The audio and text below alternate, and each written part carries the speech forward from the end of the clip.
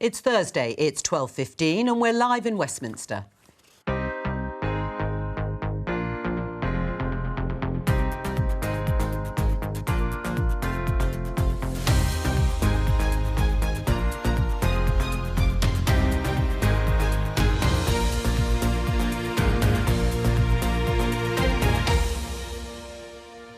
With me today, Conservative MP Peter Bone, SNP MP Stephen Flynn, the Chief Executive of the New Economics Foundation, Miatta Fahnbulleh, and The Sun's political editor, Harry Cole. Today, are fuel retailers ripping off motorists? I pay like £2 per litre. It was like a big surprise, yeah. The cost of filling up hits £100. Should the government do more? Giving people the chance to own their own home is an important, desire of the human heart that it's our mission to help more people fulfil. Can a relaunch of Right to Buy do for Boris Johnson what it did for Margaret Thatcher? The government wants to send people who arrive in the UK like this to Rwanda. We'll talk to the campaigner trying to stop it happening. And should today's children ever be able to smoke?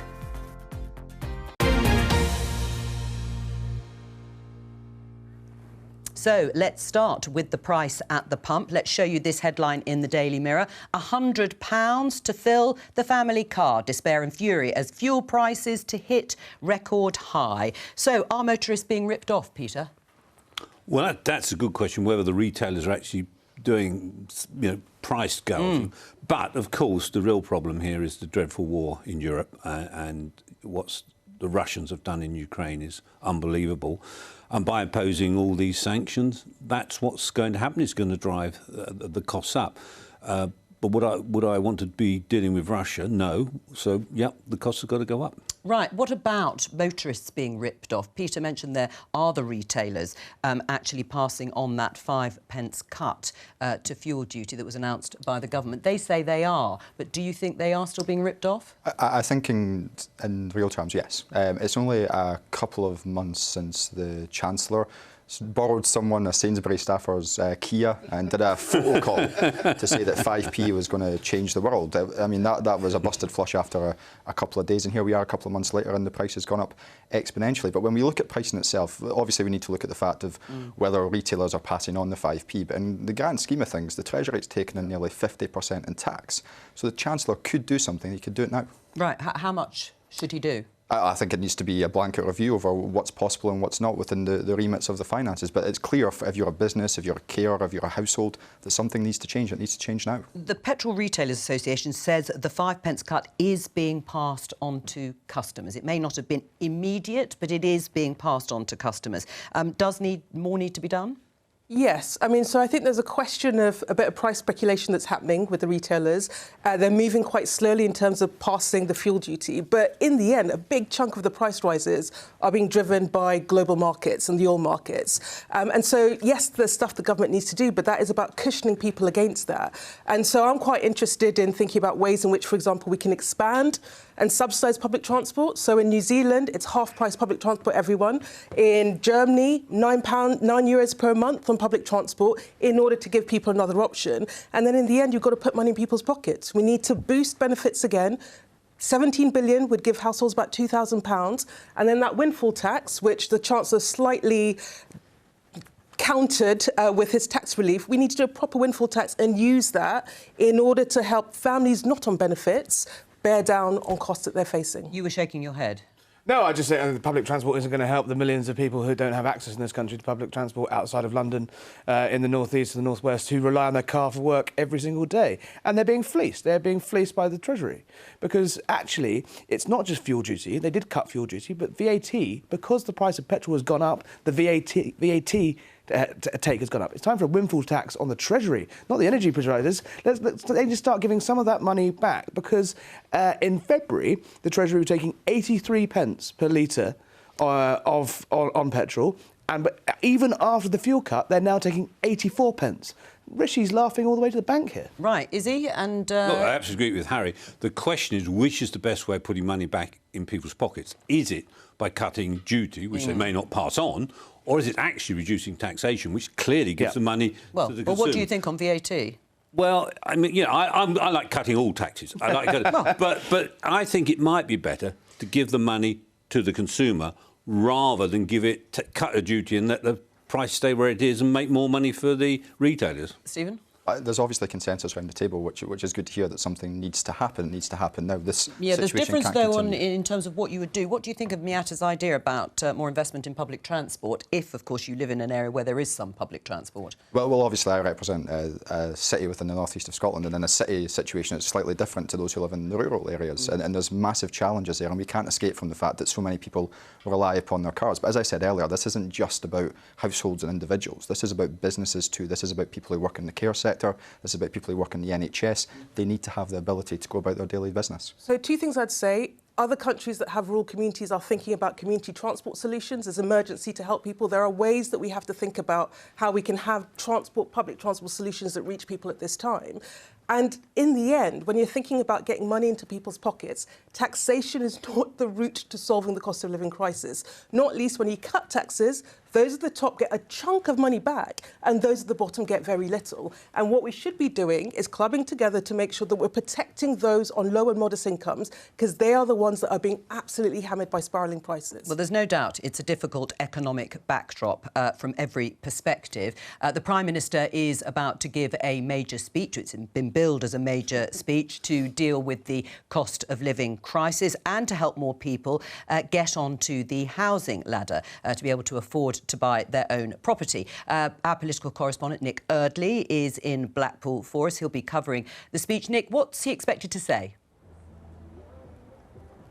Hey, Jo. Well, this is going to be the start of a series of speeches, actually, that the Prime Minister is going to give in the next few weeks as he seeks to set out something of an agenda.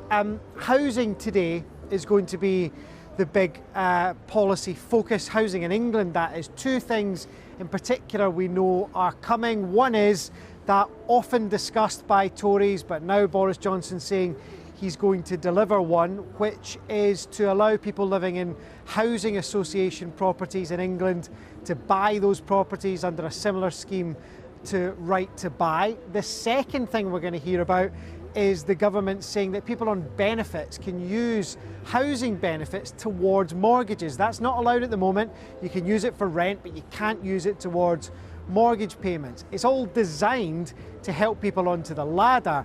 But looking at the policies this morning, asking some questions of people in government, I think there's quite a few holes in it that are going to have to be plugged. Firstly, the negotiations with the housing associations haven't even started, so we don't know who's going to agree, who might be eligible, how much it might cost to replace the housing stock.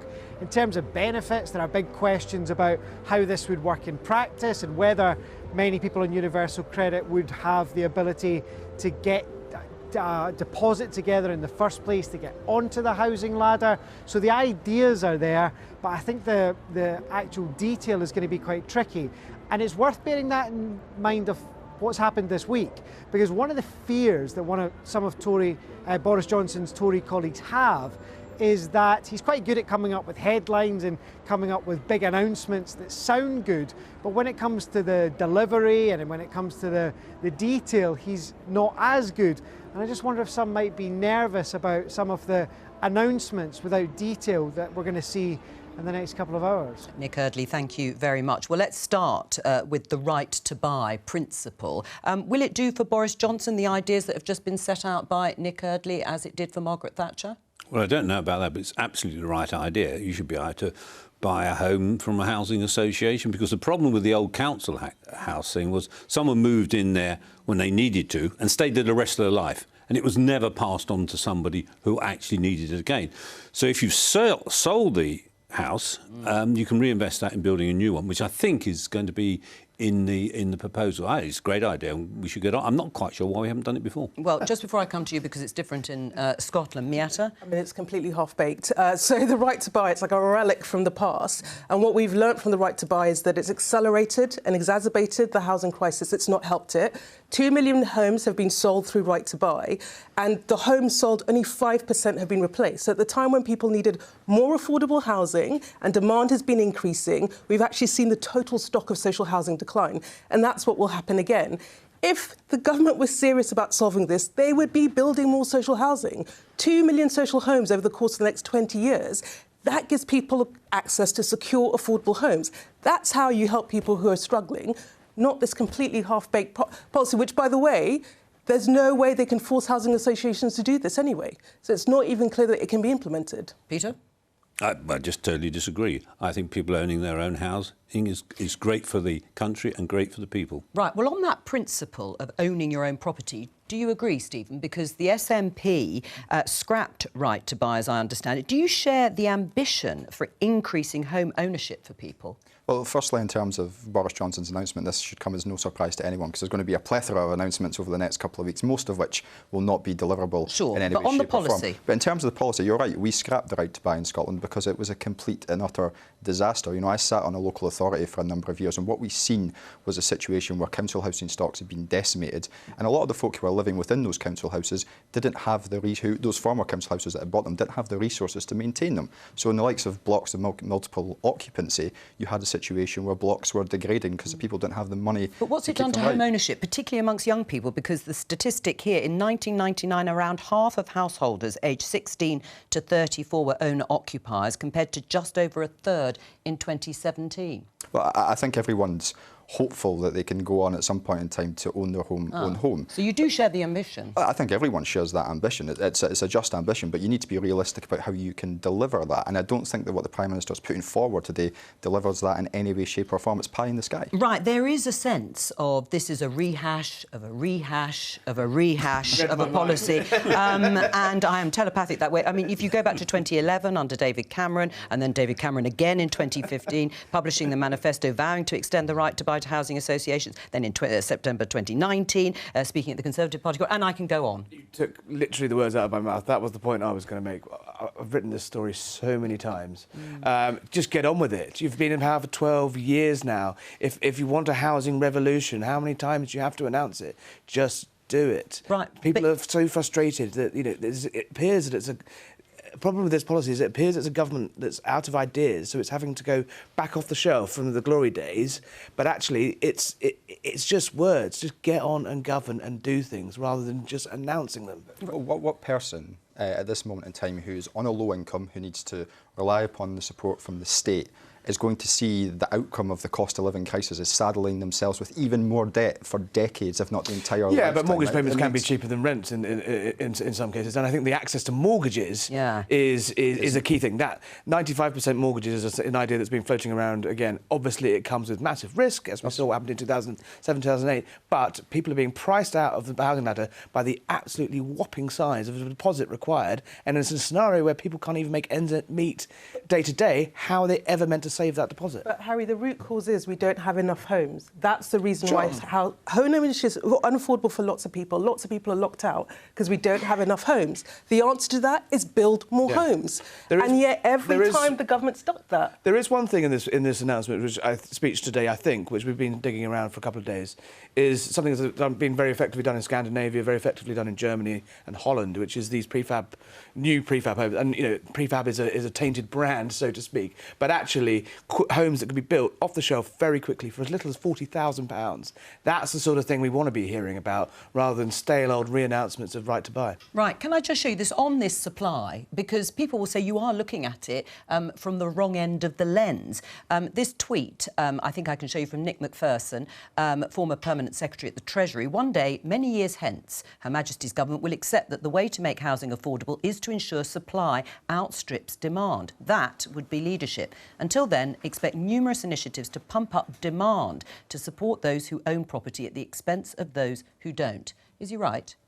Well, I don't think he is. In my constituency, we're building thousands of homes, but isn't part of this social housing idea is the money you get from selling the social housing is put to building a new house. So it is increasing the supply.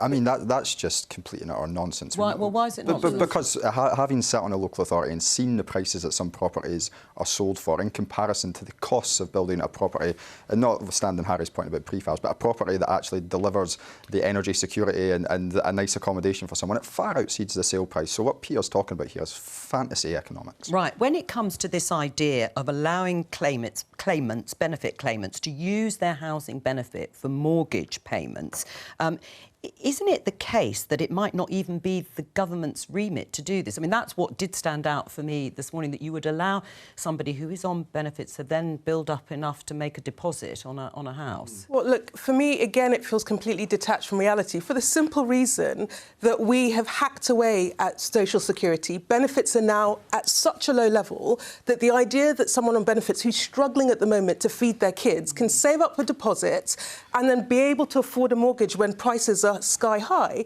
is for the birds. So there is a massive disjuncture between... in the fact that you can only qualify for universal credit, by my understanding, if you have less than £16,000 Exactly. savings. And find me, please, a mortgage that requires more, less than £16,000. I mean, isn't that a rather major contradiction at the heart of this? Well, you know what's in the speech. I have no idea. I don't. As an MP. I don't, but we know. Well, that's the problem. You guys get it before me. Look, we've got to look at every announcement, especially this sort of announcement. Look at the small print and see what it says. But in principle, it sounds like a good idea. I'm going to give them the benefit of the doubt. And someone said about Boris being this communicator of ideas and not dealing the detail. Well, actually, that's what Boris is supposed to do. He's supposed to get these big ideas out there, and then the minister in charge is supposed to carry it through. But are they supposed to be workable ideas?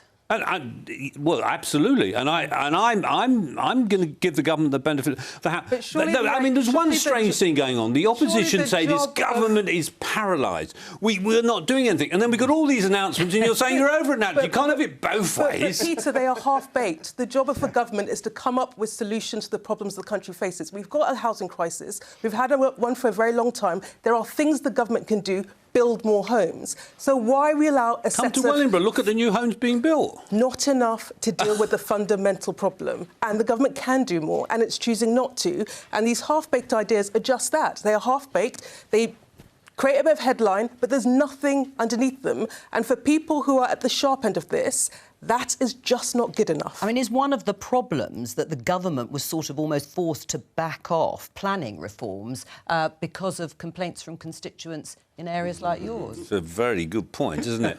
Up in my area, we're building the houses. You said that. Some of these leafy southern places might need to build a few more, yes. Yeah, the problem is where the supply is needed is often in the seats of Conservative MPs who, are pretty good at organising these days and getting U-turns out of this government. Right, all right, let's move on. Let's have a look at the front page of this morning's Daily Mail. We have the headline here. Lawyers set to ground first Rwanda flight. This is about the government's plan to send some asylum seekers arriving at the shores of the UK on small boats to Rwanda to have their applications processed for them to actually stay in Rwanda. Last week, the Home Office announced that the first flight would take place next Tuesday, but some charities and a trade union representing Border Force staff has applied for an injunction to halt the flight next week. Let's talk to James Wilson, Deputy Director of Detention Action, one of the charities to apply for the injunction. Welcome to you, James. You're lodging an appeal. Why? Thank you very much for speaking with me. We're bringing the challenge because we believe the policy is fundamentally unlawful in terms of the government's policy to remove people to Rwanda. Firstly, and very fundamentally, we don't think people should be punished for seeking asylum. We're signatories to the Refugee Convention of 1951. Claiming asylum is a human right, and we have the obligation to consider those claims and then grant refugee status if we agree those criteria have been met. Secondly, another fundamental point is that we dispute fully the government's claim that Rwanda is a safe third country to which it can remove people. What happens next? What is the next stage in this appeal? We have an interim relief hearing at the High Court tomorrow morning. So our challenge goes beyond. There's an intended first flight to Rwanda next Tuesday on the 14th. We know large numbers. We think over 100 people now have removal directions for that flight, or for later flights. So we're seeking interim relief to stop that flight from taking place as a first step. Right. Do you think the flight will be stopped from leaving? I very much hope so, because we believe it's unlawful, it's unsafe. We're very concerned for our clients and all those who have removal directions, the distress that they're going through, and the conditions and the lack of safeguards that would be in place if they were removed on what it should be noted would be a one-way ticket to Rwanda. All right, James, stay with us. Peter, your response, unlawful and also disputing the case that Rwanda is a safe third country. Well, I chaired the all-party group against human trafficking for many years, and the people who are trafficking people, well, they're smuggling people across the channel, getting huge amounts of money, are the worst people in the world. They're the most evil people. And I think anything that's being done to stop that is to be welcomed. Now, I just, before I came to the studio, asked a question on this in Parliament. I said, Parliament makes the laws, and if Parliament agrees that we should be stopping economic migrants coming across the channel, and we're going to send them to Rwanda to be processed and to stay in Rwanda if they can prove their case. That seems to me what Parliament has decided. If lawyers challenge it and the courts say it's wrong, then I asked the Leader of the House a few minutes ago, will we bring in legislation to make sure that we can do it? Parliament should be deciding what happens, not lawyers and not courts. James? Well, I mean, the UK has a number of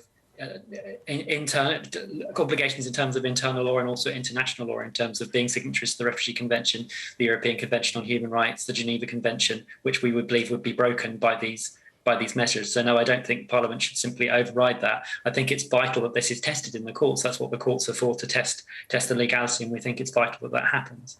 Peter? Well, it's absolutely right to take the case to courts, and if the courts say the legislation is wrong, then we need to change the law so it can happen. So I have no problem with you taking it to court. I hope the courts throw out what you're saying, because I want to see these people smugglers stopped. But if it isn't, we need to change the law, change any of the conventions that stop us doing it. That's what Parliament's for. Parliament should make the laws, not courts. Should these flights be allowed to go ahead, Stephen, on the basis of trying to take action to stop the people smuggling business and industry, obviously trafficking people across the channel? The Rwanda policy as it stands, which is essentially to take some of the most vulnerable people on the planet from this country to that country, is disgusting. And to quote Jesse Norman, who said it was ugly. The legal basis of it is doubtful, which is obviously what this story is about today and is the work that the guest is undertaking. And for me, it's emblematic of a UK government which is intent on virtue signalling to what I believe is a heartless and xenophobic minority within the Tory backbenches. Peter? I just think you don't know the situation, don't understand. Don't condescend me. How do I not know the situation? Well, I've been involved in dealing with this for years, and you haven't. And I'm not doubting your sincerity on it. I just don't think you understand how evil these people are. I absolutely understand how evil they are. But the way to combat that, Pierre, the way to combat that is to create safe and legal routes for some of the most vulnerable people on the planet to get to safety, not to ship them off to Rwanda, a country which has questionable human rights. And if you are gay, lesbian or transgender, then you are going to be punished in that country. It's simply not acceptable. It's not in my name. And you keep referencing Parliament. It's your party, not my party and not my country, that supports this. The UN is sending people to Rwanda, so I think that shows how safe the case is. But I really do think there should be safe and legal routes, which there are. But the people coming across the channel tend to be people who could have sought asylum in France, a completely safe country. They are effectively economic migrants. That is absolutely. Hang on, Miata. That's not true. And we know that's not true because when people do have their asylum claims processed, a lot of them are approved. So now, can I stop you on that point? Because this is misleading. Of course, they may well be asylum seekers, but they should have sought asylum in the first safe country, and clearly France is a safe country. Therefore, they are economic migrants. That is not what we're signed up to under the Geneva Convention, so people can seek asylum here. We talked about half-baked policies when we talk about housing. This is another half-baked policy. I completely agree with you on people smugglers. What would you do to stop it? I would create safe and legal routes. There are safe and legal routes. No, there are not. They are there are limited. There are some, but they're very limited. They are very limited. Which would you put a cap on? Would you put a cap on those safe and legal routes? No one would cross. No one would do that crossing. No one would put their hands their lives in the hands of people smugglers unless they were desperate. But for lots of people on your safe who are and legal seeking routes across the Channel, asylum, would you put a cap on it? So my personal view is that a whole lot of countries across Europe should say which part... There's a huge refugee crisis. A fraction of those refugees end up in Europe, and 1% of them end up in this country. Well, we should be negotiating... Answer Harry's question, because Yes. the EU didn't manage to come up with effective policies either when the UK was part of the EU to deal with this migration problem. My answer is migration's not going to go away. Asylum seekers are going to increase, not least because we've got climate... Let me finish. Okay, of course, climate, I'll come back. Let me come back there. We've got the impact of climate change as well. We need countries in Europe, developed countries, because much of the burden of asylum seekers is done by developing countries at the moment, to say, based on your population, what is the numbers that you can actually take, and we agree that across the piece. Right. So, yes, there would be a number, but we would nowhere breach that number, because the numbers of people that are coming here are tiny compared to the scale of the refugee crisis. You said a moment ago that there is not enough housing stock in this country, and there... Because we're not building enough. We could solve that if we built enough. Sure, but we're talking now. We're talking, we're not talking next year, we're talking right now. 10,000 people have come already this year. We're paying millions and millions of pounds every day to put them in hotels. This is completely unsustainable policy. I agree that, that safe and legal routes should be open, but if you have to put a cap on it, that is not it's not a solution. It's just a cop-out, because saying you're opening safe and legal routes, as soon as you put a cap on them, you'll still have people crossing because there'll be a cap. You're just shifting the problem down the chain. You have to do something as a deterrent. It's not very pleasant. I don't particularly like it. I think it's pretty grim. I'd probably think it probably won't ever happen as well. Right. But you've got to do something to deter that route. Because at the moment, people are dying and risking their lives every day, and it's completely unsustainable. Well, let me get James to respond, because you've been listening to all of that. Do you agree with what you've just heard there from Harry? I mean, I think we can all agree that, we don't want people risking their lives crossing the Channel or having to do that. But I absolutely agree with Miatta and Stephen's points that what we need is safe routes, which the government has reduced. It's criminalised people for crossing the Channel for claiming asylum. 25,000 Ukrainians have been given safe passage to this country in the last 6 weeks. Yeah, I mean, to people watching... 300,000 Hong Kongers. This idea that we don't offer safe passage to people in this country, to suggest that is a lie. No, James? No one's suggesting that. We're saying you are suggesting that. I didn't suggest that at all. Yeah, but there are some safe routes. Those are very specific and very welcome schemes. There are very specific ones. There are unfortunately a large number of countries where people are fleeing for their lives. Right. And are you saying, James... The vast majority of people seeking asylum don't even make it to Europe, let alone the UK. It is a tiny proportion that are approaching us for asylum, and we owe them humane treatment and fair consideration. Right. I mean, do you think that anybody arriving at the shores should be accepted into the UK? I think everybody claiming asylum to the UK should have their case considered. They may, in the end, not meet the criteria of the Refugee Convention. That's a later question. But the obligation is on us to consider those claims. So what happens then? What happens then if they refuse? Where would you deport them to? I mean, that's another question for the end of the process. What we're talking about in terms of what the government's proposing in Rwanda is not considering the claims, moving people at a very early stage, in most cases, ruling them inadmissible, moving to Rwanda with it's not even outsourcing. There's no route back to the UK if refugee status is later given in Rwanda. Just on a point, though, the concept of deporting someone who has no right to be here is an anathema to you, though, isn't it? I haven't said that at all. There may be circumstances. There may be circumstances where that's unavoidable. But the very least that should happen is a full and fair consideration of someone's asylum. Okay, and then so where would you deport them to?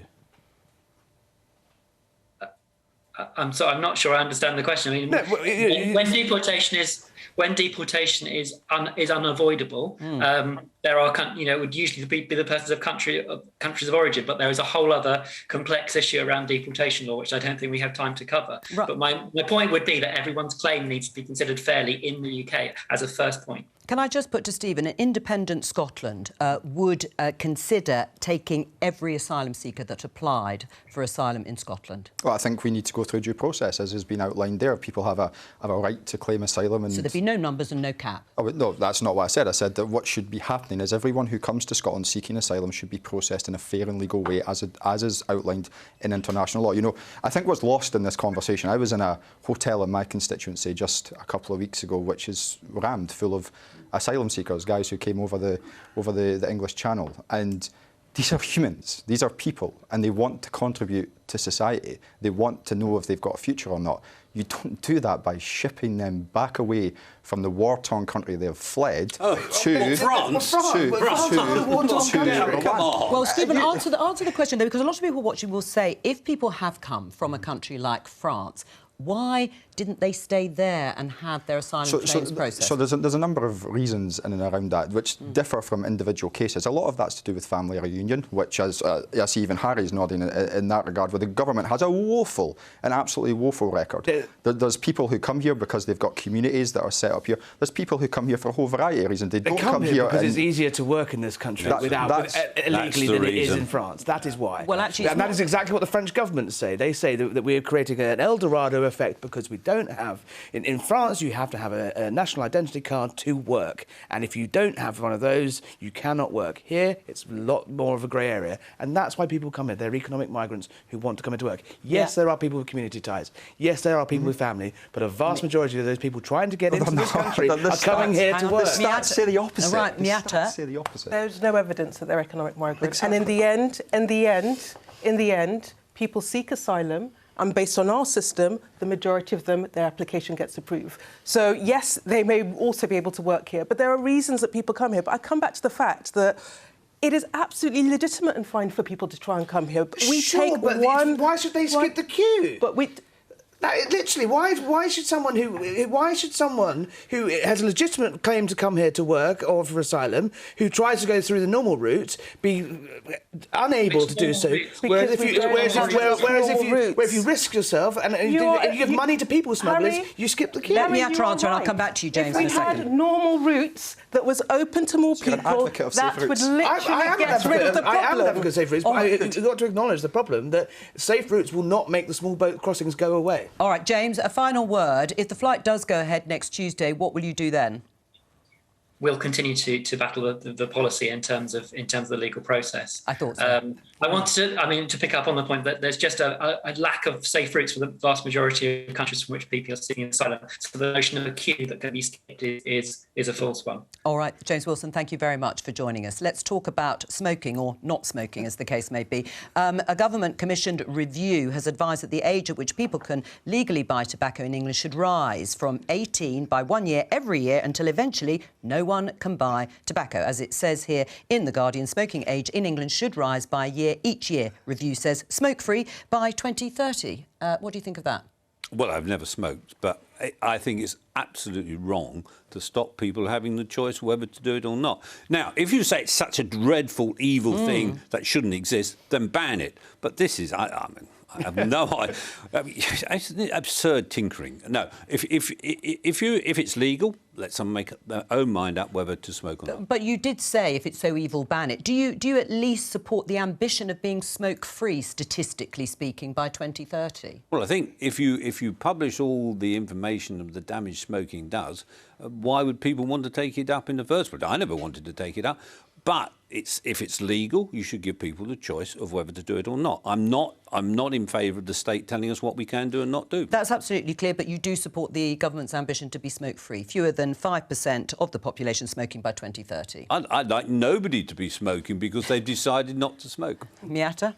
So I think the ambition to be smoke-free is the right one. I think, to be quite honest, increasing the age, if someone wants to get a packet of fags, they'll probably find a way to get a packet of fags. Yeah, well. And unless you complement it with other measures. So if you look across, for example, to when New Zealand did this, they reduced the amount of nicotine that you could have into cigarettes to a minimum so that it's not as addictive, because that's part of the problem. Levy on tobacco companies, and you use that levy for awareness as well as addiction, are things that you need to do alongside this if you want it to bite, because otherwise this measure on its own, I think, signals something, but I'm not sure would actually help us achieve the aim. I mean, is this also part, Harry Cole, of the government and Boris Johnson's attempt? He slightly switched, Boris Johnson, because he was into some of the so-called nanny state, as people would critically call them, policies fighting obesity, and then has switched. I mean, I read this report this morning, and I honestly think some of it sounds like it's from the thick of it. The idea of raising the age, so in That's 10 years' time, to be fair. so 38-year-olds would be able to buy cigarettes, but 37-year-olds would have to stand outside the cigarette shop and ask someone older to go with them. I mean, it's cracker. Making cigarettes green and putting writing on them, because it's insane. There's a really nasty little policy in that report as well, which is banning people from smoking in their own homes, but only if they're in social housing. You just think this is nanny statism, Petrarchan nonsense at its absolute worst. But do you support the ambition of being smoke-free by 2030? Not if it means measures like this. Right. Better education, and people are being taxed out of smoking anyway. And there's no way the Treasury are going to let this policy go anywhere near government, because they raise so much money from it. For Scotland? Because this is for England, this proposal. Yeah, indeed, forgive me, but I don't think the NHS has been mentioned yet. And there's obviously, whilst there's a lot of outlandish stuff within this report, of course there is, there's some ludicrous proposals. But what we're talking about here is how we manage to ensure that people are able to live longer and that the pressure on the NHS is not what it is. We know it costs the NHS in Scotland a few £100 million each and every year, sizably more in England. So all these sensible aspects of this should probably be looked at in a sensible and appropriate way. And I appreciate what Harry's saying, and some of it is very silly, and it is very thick of it, which sums up this government entirely. But I think we do need to have a serious conversation about how we actually get to a point where there's not that pressure on the NHS as a result of people smoking. Well, and that could be a taxpayer perspective that you'd support, isn't it, Peter? I'm sorry, I wasn't following. Again. Well, in terms of the cost that the NHS is having to spend time and money and resources on people with smoke-related illnesses and diseases, if there were measures, perhaps not these precisely, to reduce the levels of smoking even further, that would reduce the taxpayer contributions to these kinds of things. I think, as Harry pointed out, I think the money, the duty that the government gets from smoking is so enormous. There's all those years ago, was it Yes Minister, where the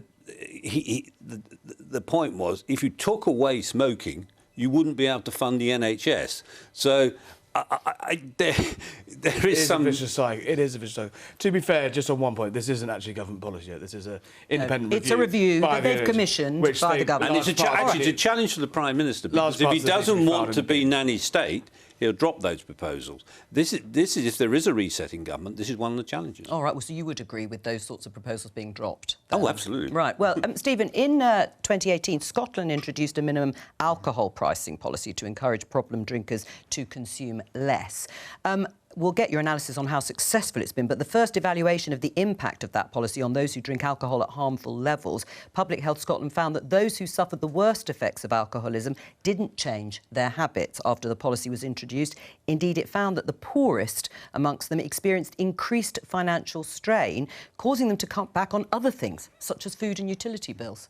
Yeah, indeed, I've seen that report. There's obviously been a number of reports since minimum unit pricing was introduced. Some reports have obviously outlined the fact that we've seen a decrease in alcohol purchases, particularly for the likes of low-end cider and so on and so forth, which we know that people who have particular issues with alcoholism tend to go towards. But it's a pretty bad indictment, isn't it? I mean, the Guardian headline: minimum alcohol price causes poorest to cut back on food in Scotland. And it's a report that needs to be taken seriously, and I have absolute confidence that the Scottish Government will be taking this as serious as it needs to be, because what we don't want to have... What does that mean, taking it seriously? I'm sure they will take it seriously, but I mean, if this is a flagship policy that you were using as a sort of poster for this sort of intervention being successful, that would say it isn't. And like I say, this is one of a number of reports. All our reports have outlined that alcohol sales have dropped, which is a good thing. What we need to do at this moment in time is reflect upon what this report is actually outlining and how we have a proper wraparound service. We know that in Scotland we have an issue with alcohol. It's not an easy problem to resolve, and we need to work together to do that.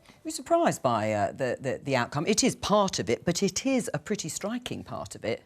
It is. And look, there's always a balance. There's always a balance between public health interventions and penalising those, and penalising poorer households in particular.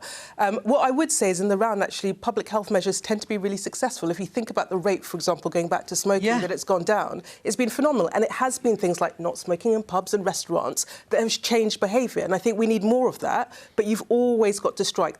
Pricing people out of not doing things is often quite difficult and doesn't always work. But I think you have to look at the range of measures that you put in place in order to achieve your outcome. I mean, it is true government intervention has worked over the last decade or so in terms of cutting the rates of smoking. Smoking, yes.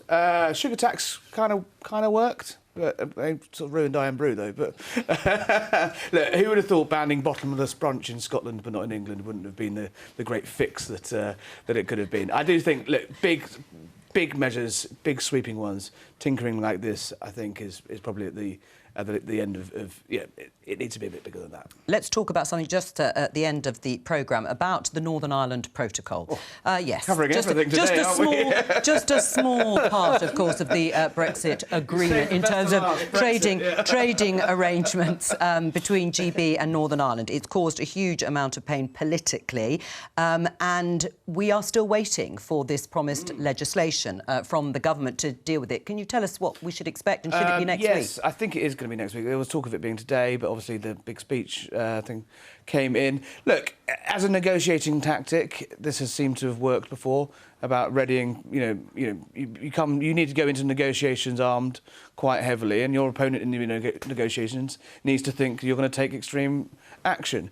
However, this bill, I think, if it is as sold, which is basically opening up green lanes that basically it doesn't rip up the entire concept of the protocol, but it makes it work a little bit more efficiently. I suspect how this ends is the UK publishes the bill, the EU take a look at it, there's a lot of shouting, and then it just happens. They just do it quietly without the bill ever having to be in. Oh, it's as simple as that. Let me just show you this headline in the Financial Times. It says, Cabinet divisions break out over UK plan to override Brexit treaty. Liz Truss, the Foreign Secretary, has been sort of reported to be wanting something much tougher, probably overriding the entire protocol. Boris Johnson wanting to be more emollient in the way that Harry has just described. Whose side would you be on? Well, it looks like, according to my announcement in the House just now, it looks like it's Monday the 20th of June the bill will come before the House. And if that's the case, I will look at it and decide whether it goes far enough or not. It is a nonsense that we've got this border between GB and Northern Ireland, and that's why did that happen? Wait till you find out who signed it, Peter. My goodness, who agreed to that? Deary me, come on. I think I voted for it. Yeah, exactly. But you have to say, we got Brexit done, we got a free trade agreement, you lot said it could never been done, and, of course, we weren't supposed to have these barriers between GB and Northern Ireland, and we're not going to have them. Now, either it's going to be done by legislation, or as Harry said, the EU might back down and see sense. All the checks, 20% of checks from the EU are on, like 2% of the stuff. Yeah, look at the Bushmills as an example. Bushmills whiskey, made in Ireland, sold in Northern Ireland, different VAT rates, different prices, different labels. It is doable. Yeah. It is doable, isn't it, Stephen? Because if you look at the practicalities of it, for goods travelling from GB to Northern Ireland, could something be done to make that flow of trade easier and still protect the integrity of the single market for goods that are destined for Ireland? Well, I think we need to reflect upon what we're talking about here. We're talking about the United Kingdom government seeking to break international treaties. If that doesn't worry people like Peter, then we should all be seriously concerned. No, they're not talking about breaking international treaties. There's legal evidence that that is not the case. And the evidence, that was the advice.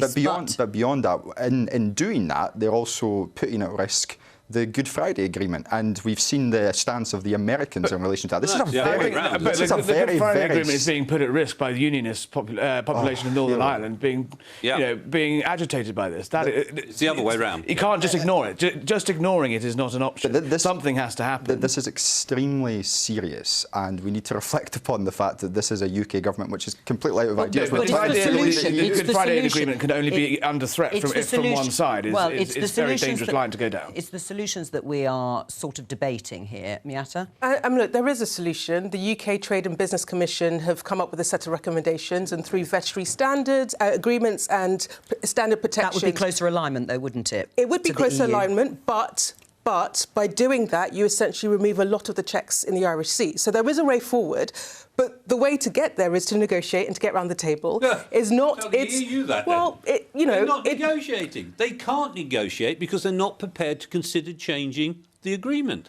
But they would consider alignment through veterinary agreements and standard protections. I thought one of the reasons for Brexit was so we didn't have to align with But then you're the... Wasn't that what the British people voted for? Well... Not people in Scotland.